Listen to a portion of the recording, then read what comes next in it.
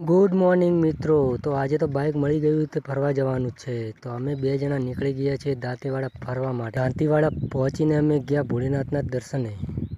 પછી ત્યાં ભોલેનાથનું મંદિર હતું, ત્યાં કર્યા દર્શન અમે. પછી નીકળ્યા અમે દાંતીવાડા ડેમ તરફ. તો આ ગેટ હતો, ગેટની અંદર ઘૂસી ગયા. ઘૂસીને પછી આગળ વધ્યા તો ડેમનું પાણી જોઈને અમને તો મજા પડી ગઈ. પછી આગળ ગયા તો એક જમીન ઉપર પડેલી મછલી જોઈ. મછલી જોઈને પછી અમે ગયા ઝૂલતા પુલ ઉપર. ઝૂલતા અમે આગળ વધ્યા તો મોટો બધો ધોધ પડતો હતો. તે જોઈને તો અમે આશ્ચર્યજનક થઈ ગયા કે આટલો મોટો ધોધ પડે છે. પછી નીકળી ગયા ઘર તરફ. તો તડકો બહુ હતો તો આપણે તો ઓઢી લીધો રૂમાલ.